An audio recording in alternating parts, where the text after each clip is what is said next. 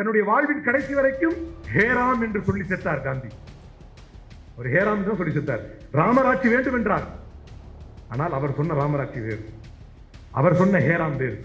அப்ப it is religious, it is health giving, therefore humanitarian. நாம் எல்லாம் மனிதாபிமானத்தோடு வாழ வேண்டும் என்று காந்தி பிரச்சாரம் செய்தார். அந்த பிரச்சாரத்துக்கு எதிராக இந்த மனித மிருகங்கள் இருந்தார்கள்.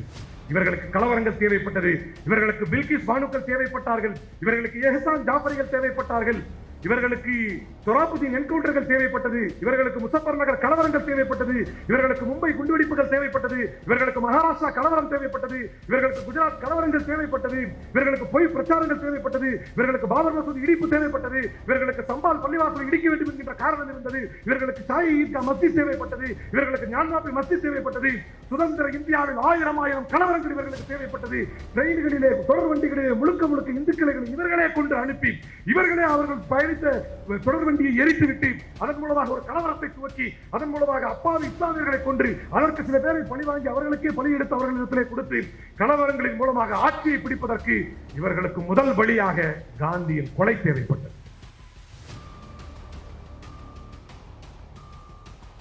காந்தியை கொண்டதற்கு ஒரு முக்கியமான காரணம் என்ன அப்படின்னா, வெஸ்ட் பெங்கால்ல இந்துக்கும் முஸ்லிமுக்கும் கலவரம் நடக்குது. இந்த பார்ட்டிஷனுக்கு அப்புறம், பிரிவினைக்கு அப்புறம், இந்தியா பாகிஸ்தான் பிரிஞ்சிருச்சு. இந்துக்களுக்கும் முஸ்லிம்களுக்கும் தொடர்ந்து கலவரம் நடந்துகிட்டே தான் இருந்துச்சு. அப்படி கலவரம் நடந்து கொண்டிருக்கும் பொழுது மகாத்மா காந்தி உண்ணாவிரதம் இருந்தார். உண்ணாவிரதம் இருந்து இந்துக்களும் வன்முறையை கைவிட வேண்டும், இஸ்லாமியர்களும் வன்முறையை கைவிட வேண்டும் என்றார். உண்மை அதுதான், இஸ்லாமியர்களும் வன்முறையில் ஈடுபட்டார்கள். உண்மை அதுதான். இருதரப்பும் எங்க யார் பெரும்பான்மையாக இருக்காங்களோ வன்முறையில் ஈடுபட்டார்கள். மகாத்மா காந்தி சொன்னார், இந்துக்களும் வன்முறையை கைவிட வேண்டும், இஸ்லாமியர்களும் வன்முறையை கைவிட வேண்டும் என்று சொன்னார்.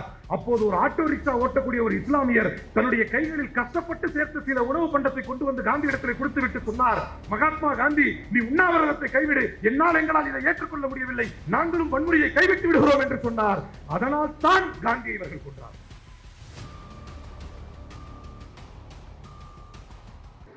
பிடல் காஸ்ட்ரோவிடத்திலே ஒரு அமெரிக்க பத்திரிகை வந்து கேள்வி கேட்கிறது. அந்த கேள்வியிலே இவ்வளவு நெருக்கடியில் அப்ப போர் நடந்துகிட்டு இருக்குது. கியூபாவிலே கடுமையான சண்டை, அதாவது புரட்சி நடந்து கொண்டிருக்கிறது. அப்போது நீங்க எப்படி உங்க ஆளுங்களுக்கெல்லாம் இவ்வளவு நெருக்கடியில் ட்ரைனிங் கொடுக்குறீங்க என்று கேட்டார். அப்போது பிடல் காஸ்ட்ரோ சொன்னார், உங்களுக்கு அவ்வளவுக்கு அனுபவம் பத்தாதுன்னு நினைக்கிறேன், இவங்களுக்கெல்லாம் நான் ட்ரைனிங் கொடுக்கறது இல்லை, ஏன்னா நிறைய மாணவர்கள் வந்திருப்பதனால I would prefer to ask some questions. Already அவ்வளோ ஒன்றும் டைம் இல்லை, ஒரு 7:20 தான், அதுக்குள்ளே ஒருத்தர் தூங்கிட்டாரு. இல்லை சும்மா குனிஞ்சிருந்தார் போல இருக்கு, நான் கூட தூங்கிட்டாருன்னு நினைச்சேன். இல்லை அவர் ஆழ்ந்த சிந்தனையில் இருக்கார். நம்மெல்லாம் தப்லீக் ஜமாத் போனோம்னு வைங்களேன், ஆழமாக ஏதாவது பெரிய கருத்தாக பேசிக்கிட்டு இருப்பாங்க. அப்போ என்ன பண்ணுவாங்க அப்படின்னா, நம்ம அவன் ஆழமாக வந்து உள்வாங்கிட்டு இருக்கான் போல கருத்தை அப்படின்னு. ஆனால் அவன் வந்து தூங்குறது வெளியே தெரியாமல் இருக்கிறதுக்கு அந்த மாதிரி. நான் படிக்கும்போது, நான் மாசா படிக்கும்போது என் கூட ஒருத்தர் இருந்தார். பேரை சொன்னால் ஒரு வேளை வீடியோ வந்தால் கோச்சிக்கலாம். என் கூட இருந்தவர் அவர் தான், அவருடைய இந்த இமை வந்து இப்படி இருக்கும். அவர் என்ன பண்ணாரு, கீழே பார்க்குறாரா தூங்குறாரான்னு தெரியாது. எங்கள் மௌலானா பேரை வேணா சொல்லலாம். எங்கள் மௌலானா ஹை மௌலானா எனக்கு கூட இருக்கிறாங்க, அப்துல் ஹை மௌலானா, இப்போ துணை முதல்வராக இருக்கிறாங்க. என்னப்பா அப்படின்னு ஒரு பேரை சொல்லி சொல்லுவார். இல்லை மௌலானா, நான் தூங்கலை, நான் சிந்திச்சுக்கிட்டு இருக்கிறேன் அப்படின்வார். அதான் மேபி அவர் ஆழ்ந்த சிந்தனையில் இருந்திருக்கலாம். எங்கே விட்டேன்? பிடல் காஸ்ட்ரோ கிட்ட. அப்போ பிடல் காஸ்ட்ரோ சொன்னாராம், உனக்கு அந்த அளவுக்கு அனுபவம் பத்தாது, உனக்கு தெரியல, இது வந்து நான் அவங்களை ட்ரெயின் பண்ணல, மாறாக அவர்களை ட்ரெயின் செஞ்சுக்கிட்டு இருக்கிறது பௌட்டிஸ்டா தான் அப்படின்னு சொன்னார். பௌட்டிஸ்டா தெரியும் தானே உங்களுக்கு? பிடல் காஸ்ட்ரோ பௌட்டிஸ்டா என்கின்ற சர்வாதிகாரியை எதிர்த்து தான் புரட்சி செய்தார். அவர் தான் அவருக்கு ட்ரைனிங் கொடுத்துட்டு இருக்காரு அப்படின்னு. எனக்கு புரியலைங்க, எப்படி உங்களுக்கு வந்து அவர் ட்ரைனிங் கொடுப்பாரு அப்படின்னு.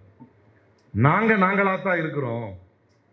எங்கள் மீது கட்டவிழ்த்து விடப்படக்கூடிய, எங்கள் மீது ஏவி விடப்படக்கூடிய அடக்குமுறையை, ஒடுக்குமுறையை எதிர்க்கின்ற போது நாங்கள் தாங்களாகவே போராளிகளாக மாறுகிறோம் என்று அப்படி ஒரு போராளி அமைப்பாக மனிதநேய மக்கள் கட்சி உருவாகி அதில் இருக்கும் தூண்களாக இன்றைக்கு சமூக நீதி மாணவர் இயக்கம் தமிழகத்திலே இவ்வளவு பெரிய அமைப்பாக இன்றைக்கு உருவாகி இருக்கிறது என்று சொன்னால் நாம் எடுக்கும் ஆயுதத்தை எதிரிகள் தீர்மானிக்கிறார்கள்.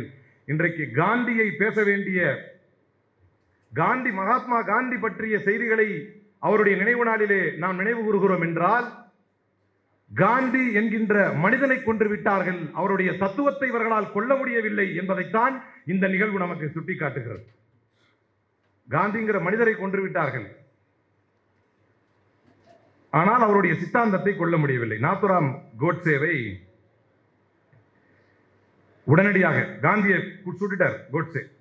அப்படி சுட்டுட்ட உடனே கோட்சேவை பார்ப்பதற்கு காந்தியுடைய மகன் தேவதாஸ் அங்கே அருகில் இருக்கக்கூடிய, அவர் அப்ப ஹிந்துஸ்தான் டைம்ஸினுடைய எடிட்டராக இருந்தார், காந்தியுடைய மகன் தேவதாஸ்.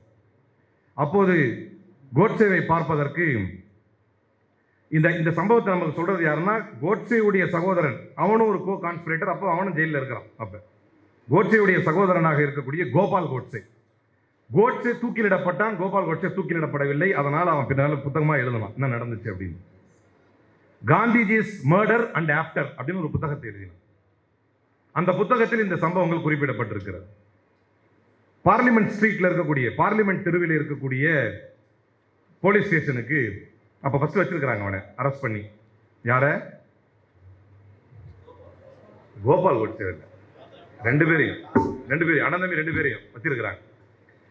அப்ப காந்தியுடைய மகன் வந்து கேட்கிறார், வந்து நிற்கிற, ஏன் இந்த மாதிரி எங்க தந்தையை கொன்னீங்க அப்படின்னு கேட்கிறார்.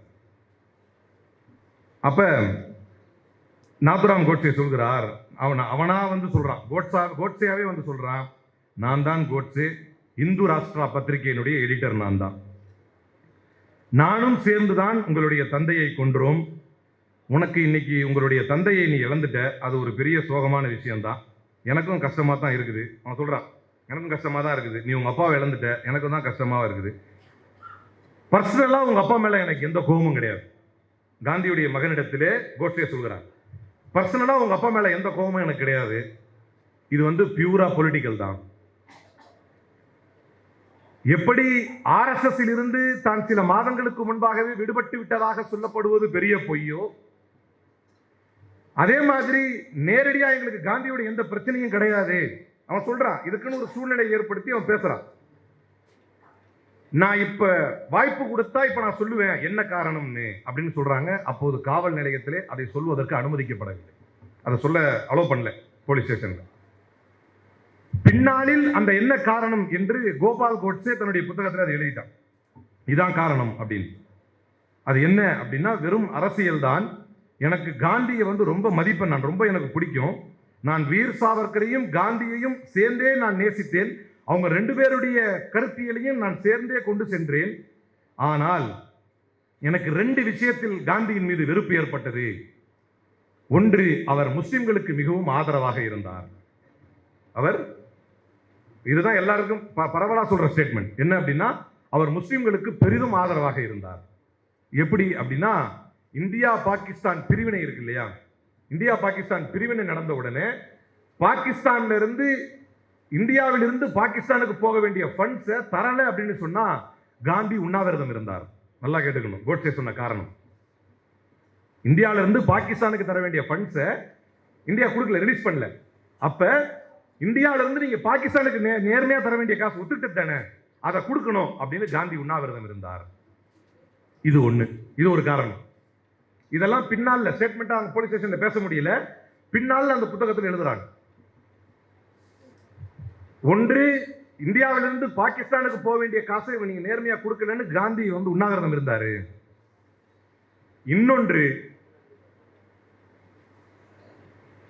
காங்கிரஸிலே காந்தி பெரிய சர்வாதிகாரியா இருந்தாரு. அவன் சொல்ற ரெண்டு காரணம். இன்னொன்னு, காங்கிரஸ்ல காந்தி சர்வாதிகாரியா இருந்தாரு, ஏதாவது காங்கிரஸ் அவருடைய பேச்சை கேட்கல அப்படின்னு சொன்னா அவர் உடனே வெளிநடை பண்ணி போய் உண்ணாவிரதம் இருந்துருவாரு. உடனே இவர் பேச்ச காங்கிரஸ் கேட்டுரும். காங்கிரஸ்னா அப்ப அவர் சொல்றது நேரு, பட்டேல், எல்லாரும் பெரிய தலைவர்கள் எல்லாம் உடனே காந்தி பேச்சை கேட்டுருவாங்க. காரணம் என்னன்னா காந்தி உடனே போய் உண்ணாவிரதம் இருந்தவர். இந்த இரண்டு காரணத்தை தான் கோட்சே தான் காந்தியை கொண்டதற்கு காரணமாக சொல்கிறான் என்பது ஒன்று. இன்னி வரைக்கும் உலகமே நம்புது இதுதான் காரணம்னு. நீங்க நம்புறீங்களா இதான் காரணம்னு? ஏன்னா தான் எதுக்கு கொன்னேங்கிற ஒரு காரணத்தை சொல்லக்கூடிய அளவுக்கு சொத்த ஆள் கிடையாது கோட்சே. அதை புரிஞ்சுக்கணும். அவ்வளவு மொக்கையான ஆள் கிடையாது கோட்சே. ஏனென்றால் கோட்சே தன்னை பற்றி சொல்லும் பொழுது அவன் என்ன சொல்றான் அப்படின்னா, இதை பத்தி பின்னால விளக்கமா சொல்லிட்டாங்க.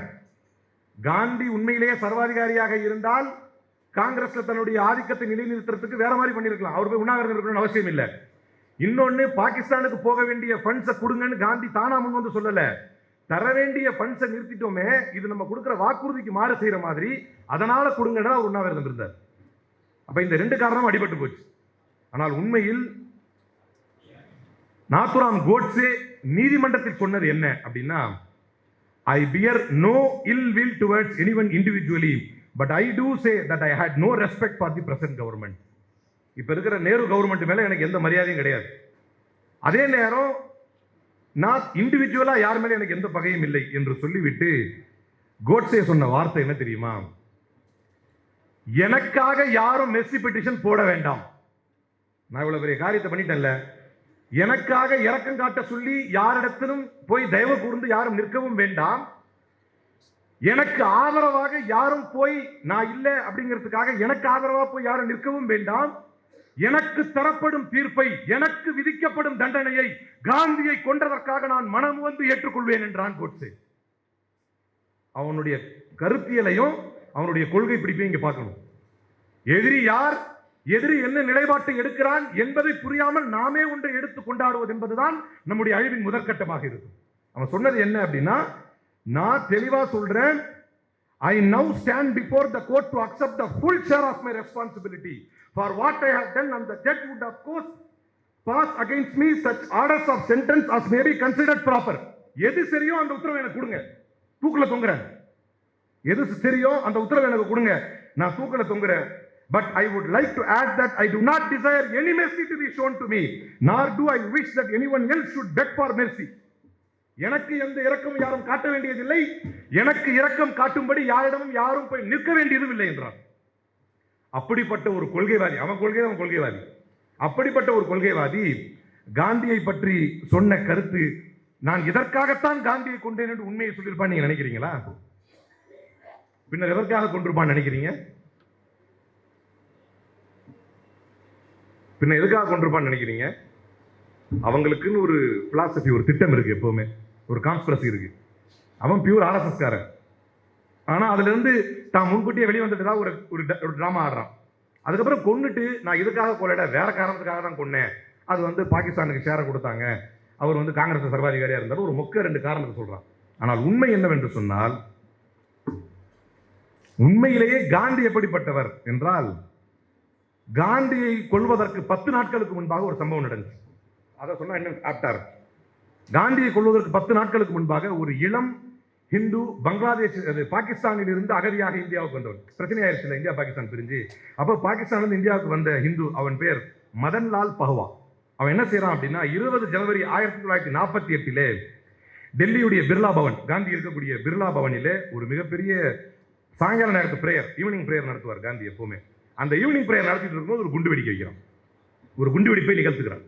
அந்த குண்டுவெடிப்பு நிகழ்த்தப்பட்டவுடன் நார்த் இந்தியாவில் பல இடங்கள்ல இந்து முஸ்லீம் பிரச்சனை வெடிக்குது. ஏன்னா இவன் எங்க இருந்து வந்தவன்? அவன் பேர் மதன்லால் பாவான்னு. ஏன்னா உண்மை வந்து ஊரை சுத்தி வரதுக்குள்ள போய் உலகமே சுத்தி வந்துடும்.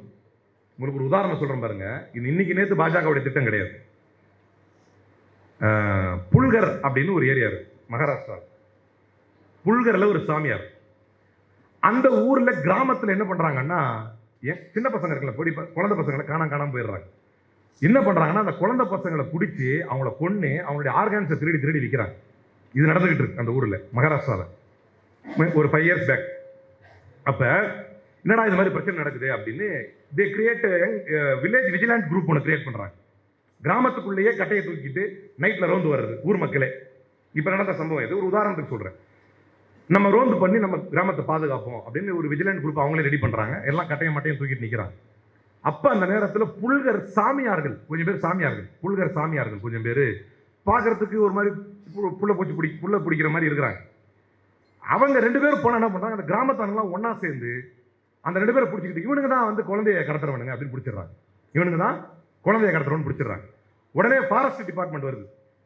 ஃபாரஸ்ட்ல இந்த ரேஞ்சர்ஸ் இருப்பாங்கல்ல, அவங்கெல்லாம் வந்து இவங்கெல்லாம் சாமியா இருப்பா, அப்பா இவங்க சொன்னா கேளுங்கன்னு பிடிக்கிறதுக்குள்ள ஊர்ல அப்படியே தீயா பரவுது. நம்ம குழந்தைங்கலாம் கொண்டாங்க இல்லையா, அந்த 2 சாமியார் அவங்க பிடிச்சாச்சுன்னு ஊர்ல இருக்கிற எல்லாரும் கட்டையை மட்டும் தூக்கிட்டு வந்துடுறான் அடிக்கிறதுக்கு. அப்ப அந்த ஃபாரஸ்ட் ஆஃபீஸர் 2 பேரும் அந்த கையை பிடிச்சிட்டு இருக்காங்க. அந்த வீடியோ கூட நல்லா வைரல் ஆச்சு, எல்லாரும் பார்த்துருப்பாங்க. இந்த ஊர் மக்கள் என்ன பண்றாங்க, அந்த ஃபாரஸ்ட் ரேஞ்சர்ஸ் கையில அடிக்கிறாங்க கட்டையை வச்சு. உடா காப்பாத்த பாக்குறான், போலீஸ் காப்பாத்த பாக்குறான், நம்ம குழந்தையெல்லாம் கொண்டவனை கிடைச்சிட்டா போலீஸ் காப்பாத்த பாக்குறான். உண்மையிலேயே ரொம்ப பாவம் அந்த சாமியார்கள், சிரிச்ச முகத்தோட செத்து போனார்கள். ரொம்ப பாவம், அப்பாவி சாமியார்கள், அவங்க சம்மந்தம் கிடையாது. அதுல ஊர்ல வதந்தி பரவிருச்சு. என்னன்னு ஊர்ல வதந்தி பரவிருச்சு என்னன்னு? ஏன்னா என் பிரின்சிபல் சொல்லுவார், செஷன் should be interactive. இன்டராக்டிவா இருந்தாதான் இட் would be live. அப்புறம் நான் பாட்டு கொண்டு பேசிட்டே இருப்பேன், நீங்க பாட்டு கொண்டு கேட்டே இருப்பீங்க. அப்கோர்ஸ் லேடிஸ் யாரும் வரல, வீட்டுக்கு போகணுன்னே கேட்பாங்க, என்ன காந்தியை பத்தி? அம்மாம்மா நிறைய பேசினாங்க காந்தி பத்தி, எங்க 1-2 விஷயம் சொல்லு. கேட்ட மாதிரி தான் இருக்கு. ஏன்னா நம்மளாம் ஜும்மால ட்ரைனிங் எடுத்தோம். எதுல? நம்மளாம் ஜும்மால ட்ரைனிங் எடுத்தோம். தூணுக்கு முன்னால ஃபேனுக்கு கீழே ஜும்மா ட்ரைனிங். நம்மளதெல்லாம் கண்ணு திறந்த மாதிரியே தான் இருக்கும். இமாம் அவ்வளோ ஆர்வமா பேசுவார். பையன் எப்படி ஆர்வமா கேட்கறானே, சொல்லு 1/2 மணி நேரத்துக்கு முடிக்கிற 40 நிமிஷமா பேசுவார். ஆனா ஒரு சப்ஜெக்ட் போய் ரிசீவ் ஆகிருக்காரு. எங்க விட்ட இந்த ஒரு ரெஸ்பான்ஸ் தான் எதிர்பார்க்கிறேன். சாமியார்களை பாவம், அப்பாவி சாமியார்களை அடிக்கிறாங்க, அடிச்சு சிரிச்ச மாதிரியே செத்தே போயிட்டாங்க.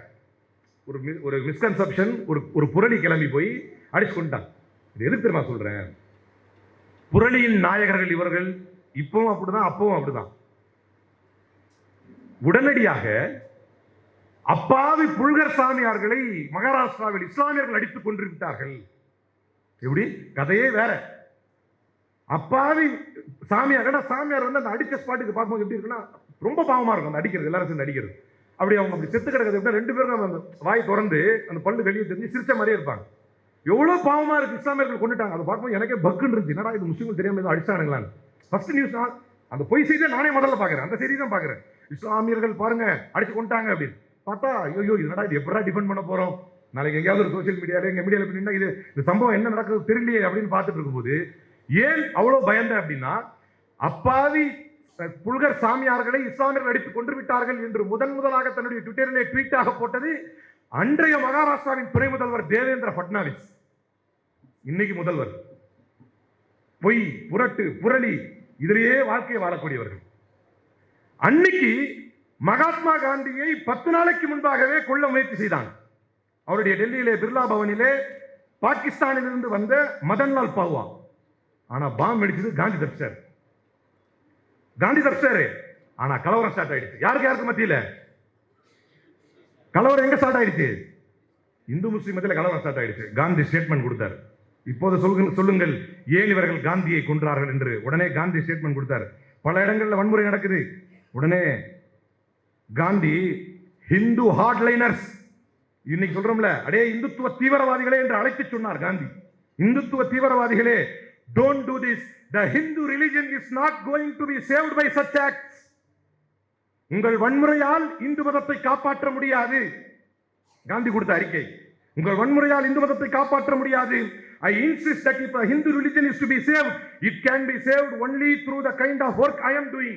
என்னுடைய இந்த அகிம்சையின் வழியாக மட்டும்தான் இந்து மதம் காப்பாற்றப்படும், இந்து மதம் கௌரவிக்கப்படும், இந்து மதத்திற்கு கண்ணியம் ஏற்படும். அகிம்சையாலும் அமைதியாலும் அன்பாலும் தான் இந்து மதம் தலை நிமிர்ந்து நிற்கும் என்று சொன்னால் பொழப்பு கெடுறது பார்ப்பனுக்கும் RSS காரனுக்கும். இவன் இந்து மதத்தினுடைய ஒற்றை அத்தாரிட்டியாக மாறிவிட்டால் நாளைக்கு நம்ம எங்க போய் குடும்பம் நடத்துறது, நம்ம எங்க போய் இந்து முஸ்லிம் கலவரம் இல்லாமல் எப்படி ஆட்சியை பிடிப்பது, எப்படி மேலே வருவது என்று நினைத்த RSS இந்து மதத்தின் உண்மையான தலைவராக இருந்த காந்தியை அதற்காகவே கொன்றார்கள். அதான் காரணம். அவன் சொல்ற காரணம்லாம் பொய். அவன் எப்படி உண்மையான காரணம் சொல்லுவான்? நான் கோட்சே வந்து ஒரு அயோக்கிய பணியா புகழ போறேன். அவன் அவ்வளவு உறுதியா இருந்தான் தன்னுடைய கொள்கையில.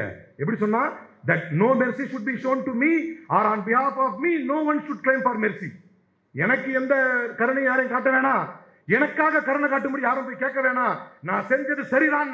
அவ்வளவு உறுதியா சொன்னவன் நான் எதுக்காக கொண்டங்கிறது உண்மையை சொல்லியிருப்பானா? அவர்கள் கொன்றது எதற்காக என்றால், காந்தி ஒரு உண்மையான இந்துவாக வாழ்ந்தார். ஒரே வார்த்தையில சொல்லணும்னா, காந்தி ஒரு உண்மையான இந்துவாக வாழ்ந்தார். ஆனால் காந்தியை பற்றி RSS நிலைப்பாடு எப்போது என்னவாக இருந்திருக்கிறது என்று சொன்னால், அனில் விஜ் என்கின்ற ஒரு சீனியர் மினிஸ்டர் பிஜேபி கவர்மெண்ட்ல ஹரியானால அவர் சொன்னாரு, கரன்சி நோட்ல இருந்து முதல்ல காந்தி படத்தை தூக்கிடணும், கரன்சி நோட்ல இருந்து முதல்ல காந்தி படத்தை தூக்கிடணும். உங்களுக்கெல்லாம் தெரிஞ்சிருக்கும், சாக்ஷி மகாராஜன் ஒருத்தர் இருக்கிறான், ஒரு MP, madrasas are breeding grounds of terrorism அப்படின்னு பேசினவன் தான். அந்த சாக்ஷி மகாராஜ் பிஜேபி எம்பி என்ன சொன்னார் அப்படின்னா, கோட்ஸே ஒரு தேச பற்றாளர், Godse is a patriot, Godse ஒரு தேச பற்றாளர் அப்படின்னு சொன்னான். 1998 RSS அப்போதைய தலைவராக இருந்த ராஜேந்திர சிங் என்ன சொன்னார் அப்படின்னா, அகண்ட பாரதத்திற்கு கோட்சேவனுடைய பங்களிப்பு என்பது மிகவும் முக்கியமானது, அவர் பாராட்டத்தக்கவர். his intentions were good but he used wrong methods. அவர் சொன்னது, RSS காரங்க சொன்னது. நாம் இது போன்ற கருத்தரங்கங்களின் மூலமாக என்ன கொண்டு செல்கிறோம் என்றால், காந்தி என்கின்ற தான் இறந்தும் தன்னுடைய கருத்தியல் ரீதியாக வாழக்கூடிய காந்திக்கு எப்படி நரேந்திர மோடி அண்ட் கோ என்பவர்கள் எப்படி அவர்கள் எதிரானவர்கள் என்பதை வெளி உலகத்துக்கு காட்ட வேண்டும். அவன் என்ன செய்வான், குழந்தையும் கிள்ளி விட்டு தொட்டிலையும் ஆட்டுவான். இந்த பக்கம் கோட்சேக்கும் தென்னை மரத்தை ஒரு குத்து, அப்புறம் பனைமரமா ஏனியா இல்லை எனக்கே உண்மையில தெரியல. இங்கேயும் ஒரு குத்து அங்கேயும் ஒரு குத்து. இந்த மாதிரி உலகத்தில் இந்த மாதிரி ஒரு அயோக்கிய கூட்டம், ஒரு பொதுக்கூட்டமா இருந்தா ஆர்ப்பாட்டமா இருந்தா ஏதோ கோவத்தில் பேசாருப்பான்னு சொல்லிடுவாங்க, கருத்தரங்கத்தை நிதானமா பேசணும் இல்லையா அப்படின்றாங்க. அதனால இந்த மாதிரி ஒரு ஈத்தரை கூட்டம் வந்து இங்கதான் பார்க்க முடியும். ரெண்டு பக்கமும் RSS சீஃப் சொல்றாரு, அவன் நல்லவன், அவன் வந்து எடுத்த போன பாதை தான் தப்பு, ஆனா அவன் நல்லவன். இத்தனைக்கு அவன் யாரு, தேசத்தந்தையை கொன்றவன், அவனை டிபெண்ட் பண்ணி பேசுறான்.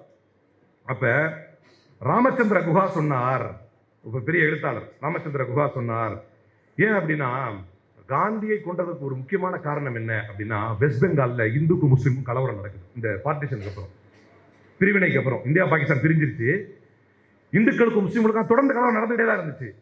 அப்படி கலவரம் நடந்து கொண்டிருக்கும் பொழுது மகாத்மா காந்தி உண்ணாவிரதம் இருந்தார்.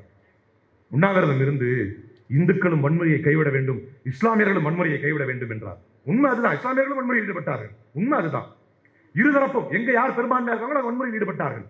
மகாத்மா காந்தி சொன்னார், இந்துக்களும் வன்முறையை கைவிட வேண்டும், இஸ்லாமியர்களும் வன்முறையை கைவிட வேண்டும் என்று சொன்னார். அப்போது ஒரு ஆட்டோ ரிக்ஷா ஓட்டக்கூடிய ஒரு இஸ்லாமியர் தன்னுடைய கைகளில் கஷ்டப்பட்டு சேர்த்து சில உணவு பண்டத்தை கொண்டு வந்து காந்தி இடத்தில் கொடுத்து விட்டு சொன்னார், மகாத்மா காந்தி நீ உண்ணாவிரதத்தை கைவிடு, எங்களால் இதை ஏற்றுக்கொள்ள முடியவில்லை, நாங்களும் வன்முறையை கைவிட்டு விடுகிறோம் என்று சொன்னார். அதனால் தான் காந்தியை இவர்கள் கொன்றார்கள். இந்து முஸ்லிம் கலவரத்தை தன்னுடைய ஒற்றை உண்ணாவிரதத்தால் மகாத்மா காந்தியால் நிறுத்த முடியும். வெறும் கலவரத்தின் மூலமாக மட்டுமே இன்றைக்கு ஆட்சியை பிடித்திருக்கக்கூடியவர்கள். நரேந்திர மோடியுடைய பயணத்தை பாருங்கள். கடந்த பாராளுமன்ற தேர்தலிலே ராஜஸ்தான் செல்கிறார், இந்துக்களே, ராஜஸ்தான் செல்கிறார் நரேந்திர மோடி, இந்துக்களே உங்களுடைய மங்கள் சூத்திர, உங்களுடைய தாலியை கூட பிடுங்கி இஸ்லாமியர்களுக்கு கொடுத்து விடுவார்கள். மகாத்மா காந்திக்கு அப்படியே நேர் எதிரானவன். இந்துக்களே உங்கள் தாலியை கூட பிடுங்கி இஸ்லாமியர்களுக்கு கொடுத்து விடுவார்கள், அதிக பிள்ளையை பெற்றுக் கொள்வார்கள், இவர்கள் ஊடுருவல்காரர்கள். அப்படியே ஒரிசாவிற்கு செல்கிறார், அப்படியே ஒரிசாவுக்கு போறார். பூரி ஜெகநாதர் கோயிலுடைய சாவியை தமிழ்நாட்டுக்காரர்கள் திருடிவிட்டு சென்று விட்டார்கள். இதெல்லாம் இந்த விளையாட்டுக்கு பேசல அவரு, சிம்பிள். அதை வச்சு மட்டுமே இன்னைக்கு ஒரிசால பிஜேபி கவர்மெண்ட் இவ்வளவு எம்பி சீட் எடுக்கலன்னா இன்னைக்கு ஆட்சியே கிடையாது. எப்படி எடுத்தாங்கன்னா, அங்க வி.கே. பாண்டியன் அப்படின்னு ஒரு IAS ஆபீசர் இருக்கா, அவன் தமிழ்நாட்டுக்காரன், அவனுக்கு எதிராக ஒரிசால பிரச்சனை சுத்துது. அப்ப தமிழ்நாட்டை தாக்கி வி.கே. பாண்டியனை தாக்கி பேசினா உணர்ச்சியை தூண்டலாம், தூண்டனா ஓட்டு கிடைக்கும். நடந்துச்சு, ஒற்றை பேச்சு தான், சிம்பிள் பேச்சு. உடனே அங்க போ, உத்தரப்பிரதேசத்துக்கு போ, மக்களே நீங்கள் காங்கிரஸை தேர்ந்தெடுத்தால் ராமர் கோயில்ல பாபர் கூட்ட போட்டுருவாங்க. நான் கஷ்டப்பட்டு கட்டினேன், இவனுக்கு அதுக்கு சம்பந்தம் கிடையாது, கஷ்டப்பட்டது என்னமோ அத்வானி, அவனை ஓரம் கட்டாங்க.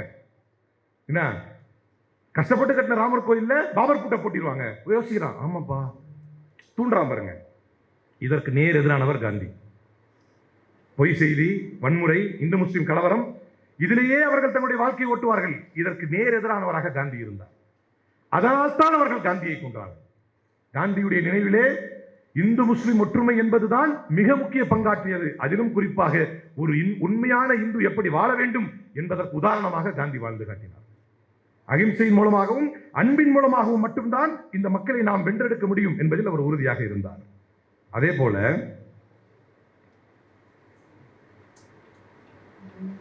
பிரவீன் தொகாடியா, விஸ்வ இந்து பரிஷத்தினுடைய பிரவீன் தொகாடியா சொன்னது, 2002 குஜராத் கலவரம் நடந்துச்சு இல்லையா? 2002 குஜராத் கலவரம் நடந்துச்சு இல்லையா? அதை பத்தி பேசும்போது பிரவீன் தொகாடியா சொல்றான், 2002 குஜராத் கலவரம் நடந்ததுக்கு காரணமே terrorism came because Gandhi's ideology is being followed in this country. காந்திய கொள்கையை இந்த நாடு பின்பற்றுவதனால் தான் இந்தியாவுக்கு தீவிரவாதமே வந்தது. பிரவீன் தொகாடியா சரி, இதெல்லாம் பேசுறானுங்களா? இது எல்லாத்தையும் பேசி முடிச்சுட்டு ரொம்ப ட்ரை பண்ணானுங்க, எப்படியாவது காந்தியை ஒழிச்சு கட்டிடணும். அப்பத்திலிருந்தே ஸ்டார்டிங்ல இருந்தே ட்ரை பண்ணானுங்க. கடைசியா பார்த்தானுங்க, ஆர்எஸ்எஸ்க்கு ஒரு சித்தாந்த பலம் உண்டு. அது என்ன அப்படின்னா, முதலில் எதிர்ப்பார்கள், முதல்ல கடுமையா எதிர்ப்பாங்க, முடியலன்னா தோல் மேல கை போடுவாங்க, அடுத்தது தோல் மேல கை போடுவாங்க, அப்படி இல்லைன்னா இவன் நம்மாள் அப்படின்னு உள்ள வாங்கிக்குவாங்க. 2019 ஆர்எஸ்எஸ் தலைவர் மோகன் பகவத் பேசுகிறார், மகாத்மா காந்தி எத்தனை சாகாக்களை கலந்திருக்கிறார் தெரியுமா? நாங்க ஆர்எஸ்எஸ் நடத்தக்கூடிய பயிற்சி இருக்கு இல்லையா, சாகா, எத்தனை சாகாக்களை கலந்திருக்காரு தெரியுமா என்று சொல்லிவிட்டு லாஸ்டா சொல்லி முடிக்கிறாரு, நாமெல்லாம் வாழ்க்கையில மகாத்மா காந்தியின் வாழ்க்கையை தான் கடைபிடிக்க வேண்டும். அடப்பாவிகளா! இது 2019. ஃபர்ஸ்ட் எந்த அளவுக்கு எதிர்த்தார்கள்? மகாத்மா காந்தியை கொலை செய்ய வேண்டும், கொலையும் செய்தார்கள். நீங்க ஒண்ணு இல்லை, நான் சிம்பிளா ஒண்ணு சொல்றேன். ஒய் மகாத்மா காந்தி வாஸ் அப்படின்ற வரைக்கும் கூகுள்ல டைப் பண்ணுங்க, கில்டுங்கிற வார்த்தையே வராது, அந்த அளவுக்கு உறுதியா இருக்கிறாங்க. ஜஸ்ட் கூகுள்ல டைப் பண்ணுங்க, ஒய் மகாத்மா. எல்லாம் போன் எடுத்துட்டாங்களா? நான் சொன்னதை கேட்டா தானே இல்லையா? சொன்னதை கேட்டதான் என்ன பண்ணிருப்பாங்க டக்குன்னு? ஐயோ அவர் வருங்க, விட்டுருங்க பை, நான் விளையாட்டுக்கு சொன்னேன். ஒய் மகாத்மா காந்தி. ஏன்னா இன்னைக்கு பாட புத்தகத்தில் மகாத்மா காந்தி இறந்த தினம் என்கிறான், மகாத்மா காந்தி மறைந்த தினம் என்கிறான். தெரியாது, மகாத்மா காந்தி படுகொலை செய்யப்பட்ட தினம். எவ்வளவு ஈஸியா வரலாறுங்க, எவ்வளவு இலகுவா மாத்திரான். மகாத்மா காந்தி படுகொலை செய்யப்பட்ட நாள் என்பதையே மாற்றி why Mahatma Gandhi was killed அப்படிங்கிறதே இன்னைக்கு சர்ச் இன்ஜின்ல இல்ல. அதான் உண்மை. கூகுள் சர்ச் இன்ஜினை காம்ப்ரமைஸ் பண்ணியிருக்கிறான். கூகுள் சர்ச் உண்மை, இது நான் சொல்றது. மேக்ஸிமம் ஆஃப் த டைம் அதை காம்ப்ரமைஸ் பண்ணியிருக்கான். பெரும்பான்மையான நேரம் ஒய் மகாத்மா காந்தி வாஸ் என்ன மற்ற விஷயங்களை நீங்க போட வந்துரும்ல டக்கு டக்குன்னு. இது இந்தியாவில் எவ்வளவு பெரிய விஷயம், ஒரு தேச சந்தையை கொண்டது. ஒய் மகாத்மா காந்தி வாஸ் கேல் அடிச்சு ஐ நடிச்சா கூட மிச்சம் இருக்கிற எல்எல்இடி வந்துரும்ல டக்குன்னு, டக்கு டக்குன்னு அடுத்த வார்த்தை வரும். உங்களுக்கு ஒரு நடிகை பேர் தெரியலன்னா புரியறதுக்கு சொல்றேன். ஒரு நடிகை பேர் தெரியலன்னா சிரிக்கிறவங்க மட்டும்தான் கருப்பு உள்ள இல்லையா? ஒரு நடிகை பேர் தெரியலன்னா நீங்க தப்பா அடிச்சா கூட என்ன வந்துடும்? கரெக்டா வந்துருமா? அது நமக்கு என்ன செஞ்சிடும்? சஜஷன்ஸ்ல கொடுத்துரும் எடுத்து. அப்ப இன்னைக்கு இவ்வளவு பெரிய ஒரு வாக்கியம், இவ்வளவு பெரிய வரலாறு, அதை எழுதினால் கூட அந்த கில்டு வரைக்கும் நீங்க அடிச்சீங்கன்னா கூட வராது. அதுதான் வரலாறு. இப்ப மகாத்மா காந்தி என்பவர் எப்படி படிக்கப்பட வேண்டும், மகாத்மா காந்தியினுடைய வரலாறு ஏன் கொண்டு செல்லப்பட வேண்டும், ஏன் அவர் எதிர்க்கப்பட்டார், எதற்காக அவர் கொலை செய்யப்பட்டார் என்றால், மகாத்மா காந்தி தன்னுடைய புத்தகத்திலே யங் இந்தியாவில் ஜூன் 18, 1925 எழுதுகிறார், it is no nationalism that is evil, it is no nationalism that is evil, it is the narrowness, selfishness, exclusiveness which is the bane of modern nations which is evil. இதை நம்ம முக்கியமாக கவனிக்க வேண்டிய ஒரு வார்த்தை. Young இந்தியாவிலே காந்தி எழுதுகிறார் June 18, 1925 nationalism. இன்னைக்கு சொல்றான்ல, ஐயோ தேசப்பற்று, இந்தியா தேசம் தேசம் அப்படின்னு.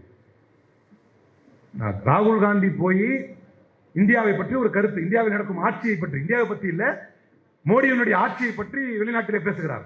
பேசினா உடனே அவர் என்ன இப்படி பேசுறாரு, நாட்டுக்கு அவமானத்தை ஏற்படுத்துகிறாரு. ஆனால் நரேந்திர மோடி போய் 6 நாடுகளுக்கு போகிறார், ஒரே பேட்டர்ன்ல ஒரே மாதிரி பேசுகிறார். என்ன பேசுறாரு அப்படின்னா, நான் ஆட்சிக்கு வரத்துக்கு முன்னால, மோடி பேசுறாரு, நான் ஆட்சிக்கு வரத்துக்கு முன்னால மக்கள் நினைச்சாங்களாம் இதெல்லாம் ஒரு நாடா, இந்த நாட்டில் பிறக்கிறதுலாம் ஒரு கேவலம், இப்படி பேசுறாரு.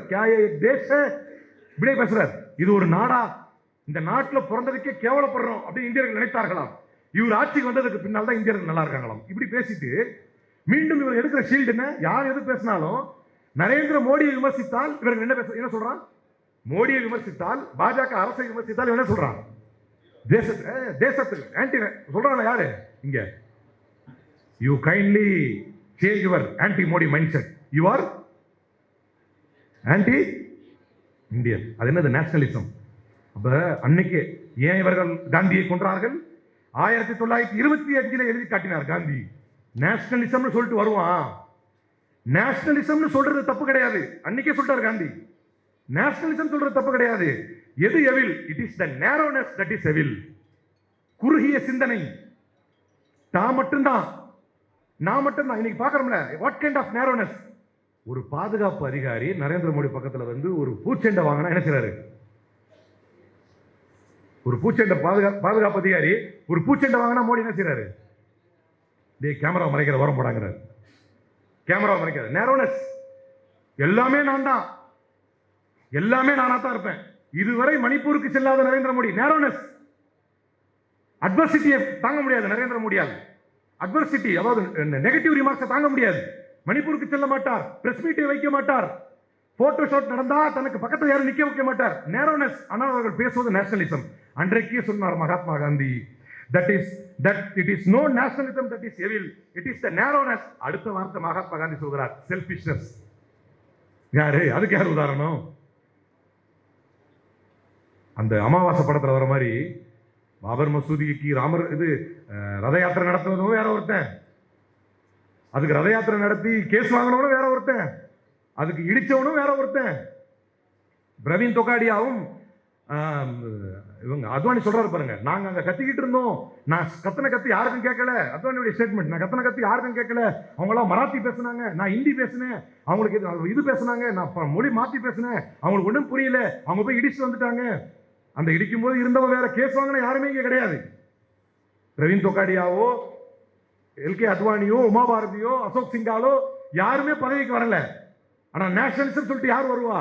நேரோனஸ், செல்பிஷ்னஸ். இது எங்க இந்தியாவில் 1925 காந்தி எழுதினார். நேரோனஸ், செல்பிஷ்னஸ், எக்ஸ்க்ளூசிவ்னஸ். எக்ஸ்க்ளூசிவ்னஸ்னா என்ன? இன்க்ளூசிவ்னஸ்னா என்ன? எல்லோரையும் ஏற்று நடப்பது இன்க்ளூசிவ்னஸ். ஒரு குறிப்பிட்ட குழுவை வெளியே மாற்றி நடப்பது எக்ஸ்க்ளூசிவ்னஸ். இன்னைக்கு யோகி ஆதித்யநாத்துடைய தேர்தல் பிரச்சாரம் என்னது? இவ்வளவு பெரிய தேசத்தில், இந்தியாவில் யாருடைய சுதந்திர வரலாற்று பங்கை யாராலும் மறுக்க முடியாதோ, அசைக்க முடியாதோ, யாருடைய தியாகத்தை யாராலும் அசைக்க முடியாதோ, மறுக்க முடியாதோ. உலகில் யார் யாரோ எப்படியெல்லாம் இந்தியாவிலே சுதந்திரத்துக்காக போராடி இருக்கலாம். ஆனால் எப்போது திப்பு சுல்தான் இந்த மண்ணிலே கொல்லப்பட்டானோ, அவன் கொல்லப்பட்ட செய்தியை ஆங்கிலேயன் அறிந்த போது எழுதினான், from today India is ours என்றான். திப்பு சுல்தான் இறந்த போதுதான் யாருடைய மரணத்துக்கு அப்படி சொல்லல. அவன் from today India is ours என்றான். இந்திய வரலாற்றிலேயே ஆங்கில ஏகாதிபத்தியத்தை எதிர்த்து களத்திலே போராடி, போர்க்களம் புகுந்து களத்திலே போராடி, களத்திலேயே மரணித்த வீரத்தியாகியார் திப்பு சுல்தான். அப்படிலாம் பங்களிப்பு இருக்குது. ஆனா இவன் என்ன சொல்றான்? காந்தி சொல்றாருல, எக்ஸ்க்ளூசிவ்னஸ் தான் எவில். ஒரு குறிப்பிட்ட குழு வெளியே தள்ளுறது, அது மோசமானது. யாரை வெளியே தள்ளுறான்? இன்னைக்கு யோகி ஆதித்யநாத் பேசுகிறார், இட் இஸ் 80:20. தேர்தல் பிரச்சாரம் 80%-க்கும் 20%-க்கும் மத்தியில் தான் பிரச்சனையே அப்படிங்கிறார். எக்ஸ்க்ளூசிவ்னஸ். அன்றைக்கே காந்தி சொன்னார், it is evil. It is எவில். இதுதான் தீமை. அவர் எதை தீமை என்றாரோ அந்த தீமை இன்றைக்கு நமக்கு ஆண்டு கொண்டிருக்கிறது.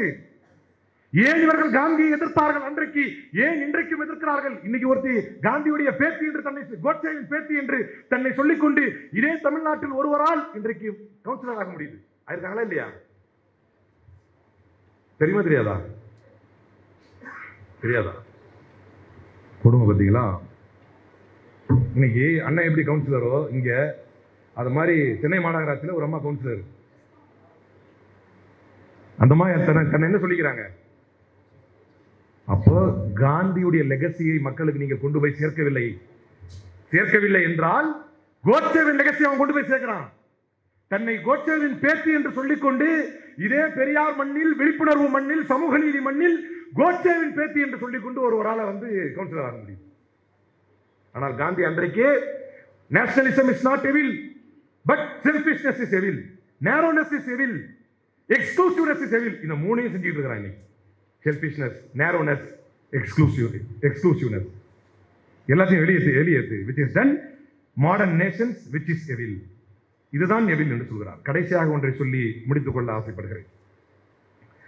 காந்தி 1921 அக்டோபர் 13 எழுதினார், Indian nationalism is not exclusive நார் அக்ரெசிவ்.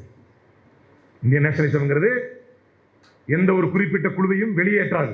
இவங்க இந்த நாட்டுக்கு சம்பந்தம் இல்லாதவங்க, நீ பாகிஸ்தானுக்கு போ, நீ இந்த நாட்டுக்கு சம்பந்தம் இல்லாதவன், நீ அமெரிக்காவுக்கு போ, கிறிஸ்டினை பார்த்தா நீ அவங்க அமெரிக்காவுக்கு போ, நீ பாகிஸ்தானுக்கு போ. தேசியம் என்பது யாரையும் வெளியேற்றாது. நார் அக்ரஸிவ், மெயினானது என்னது? அக்ரஸிவா இருக்காது, ஆக்ரோஷமாக இருக்காது. அப்புறம் எப்படி காந்தி வாழ வைப்பானுங்க? அக்ரஸிவா இருந்தாலும் உங்களுக்கு வாழ்க்கையே. ஒரு பிரதமரே இப்படி பேசும் பொழுது, ஒரு பிரதமரையே வன்முறையை தூண்டும் பொழுது அப்படிதான் பேசி ஆட்சியை பிடிக்கிறாரு. ஒரு முதல்வரே வன்முறையை பேசித்தான் ஆட்சியை பிடிக்கிறார். இனி இஸ்லாமியர்கள் இங்கு அடங்கி வாழ்வதாக இருந்தால் உங்களுக்கு இங்கு வாழும் உரிமையை தர முடியும் என்று பேசுகிறார். மகாராஷ்டிராவுக்கு வந்து யோகி ஆதித்யநாத் பேசுறார், பட்டேங்கே தோ கட்டேங்கே, இந்துக்கள் நாம் வேறுபட்டால் நாம பலகீனம் ஆயிடுவோம், இஸ்லாமியர்களுக்கு எதிராக நம்ம எல்லாம் ஒன்றுபட்டு நிற்கணும். ஒரு முதல்வர் மகாராஷ்டிரா தேர்தல் பிரச்சாரத்திலே பேசுகிறார். அப்ப காந்தி சொல்கிறார், not exclusive, not aggressive, not destructive. இவனுங்களாம் 1992 பாபர் மசூதி இடிப்பானுங்க அன்னைக்கு காந்திக்கு தெரிஞ்சிருக்கு. அதனால தான் இந்த தேசம், இந்த தேசியம் என்பது எக்ஸ்க்ளூசிவா இருக்காது, அக்ரஸிவா இருக்காது, டிஸ்ட்ரக்டிவா இருக்காது. என்ன செய்யாது? எதையும் எதையும் அழிக்காது, எதையும் அடித்து உடைக்காது என்றார் காந்தி. இந்த மொத்த ஐடியாலஜி யாருக்கு அகைன்ஸ்ட் ஆனது? ஆர்எஸ்எஸ்க்கு அகைன்ஸ்ட் ஆனது. அதனால் தான் தன்னுடைய சிப்பந்திகளிலேயே ரொம்ப பலமான ஒரு போர் தளபதியை தேர்ந்தெடுத்தார். அவன் எப்படிப்பட்டவனா இருக்கணும்? நீ உனக்கு தூக்கு மேடையில் நீ ஏறினா கூட நீ செய்த தப்பை சரி என்றே பேச வேண்டும். நான் வரலாறு நாளைக்கு எழுதுவாங்க, அதான் நீங்க கவனிக்கணும். இன்றைய இந்த சமூக நீதி மாணவர் இயக்கம் நடத்தக்கூடிய இவ்வளவு பெரிய மாணவர் கூட்டத்திலே என்ன ஒரு டேக்கவே, என்ன ஒரு செய்தியை நாம் கொண்டு செல்ல வேண்டும் என்றால், அசத்தியத்தை, அதர்மத்தை, அநீதியை ஏற்று நிற்கக்கூடிய ஒருவன் கூட தான் ஏற்ற கொள்கைக்கு எவ்வளவு உறுதியாக இருந்திருக்கிறான் என்பதை நீங்கள் பார்க்க வேண்டும். இன்றளவும் கூட காந்தியுடைய கொள்கை, அதைத்தான் ராமச்சந்திர குகா சொன்னார், இன்றைக்கும் the kind of essence that Gandhi has left behind. காந்தியுடைய லெகசியை யாரும் உண்மையிலே நேர்மையா பாதுகாக்கல. ஆனால் அந்த ஒரு மனிதன் உண்மையில் நேர்மையான கொள்கைவாதியாக வாழ்ந்ததனால் அவர் இறந்ததற்கு பின்னாலும் அவரை மறைக்க முடியல, அவரை மாற்ற முடியல இவர்களால. அதுவா தன்னை காப்பாற்றிக்குது அவருடைய லெகசி. ஆனால் ஒரு அசத்தியத்தில் ஒருவன் இருந்தாலும் எவ்வளவு உறுதியாக தன்னுடைய கொள்கையை கொண்டு போய் சேர்த்திருக்கிறான். அதனுடைய விளைவு எந்த காந்தியை கொன்றவர்கள், நீங்க அதைத்தான் நாம் வெக்கப்பட வேண்டியது. இந்த சுதந்திர இந்தியாவில் நாம் வெக்கப்பட வேண்டியது என்னவென்றால், சுதந்திர இந்தியாவில் புது இந்தியா பிறந்திருக்கும் பொழுது யாருடைய கைகளால் இந்த தேசத்தின் தந்தை கொல்லப்பட்டார்களோ அவர்களே இந்த தேசத்தின் தலைவிதியை தீர்மானிக்கும் இடத்தில் இருக்கிறார்கள். அதுதான் வெக்கக்கேடு, எவ்வளவு பெரிய வெக்கக்கேடு. அப்ப காந்தியை கொன்றவர்கள், it is health giving, Gandhi சொன்னார், அது ஆரோக்கியத்தை கொடுக்கும். இட் இஸ் ரிலீஜியஸ், அது மதம் சார்ந்து இருக்கும். இப்படி பேச விடுவாங்களா?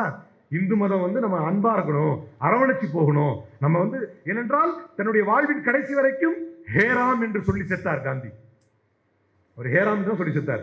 ராமராட்சி வேண்டும் என்றார், ஆனால் அவர் சொன்ன ராமராட்சி வேறு, அவர் சொன்ன ஹேராம் வேறு. அப்ப it is religious, it is health giving, therefore humanitarian. நாம் எல்லாம் மனிதாபிமானத்தோடு வாழ வேண்டும் என்று காந்தி பிரச்சாரம் செய்தார். அந்த பிரச்சாரத்துக்கு எதிராக இந்த மனித மிருகங்கள் இருந்தார்கள்.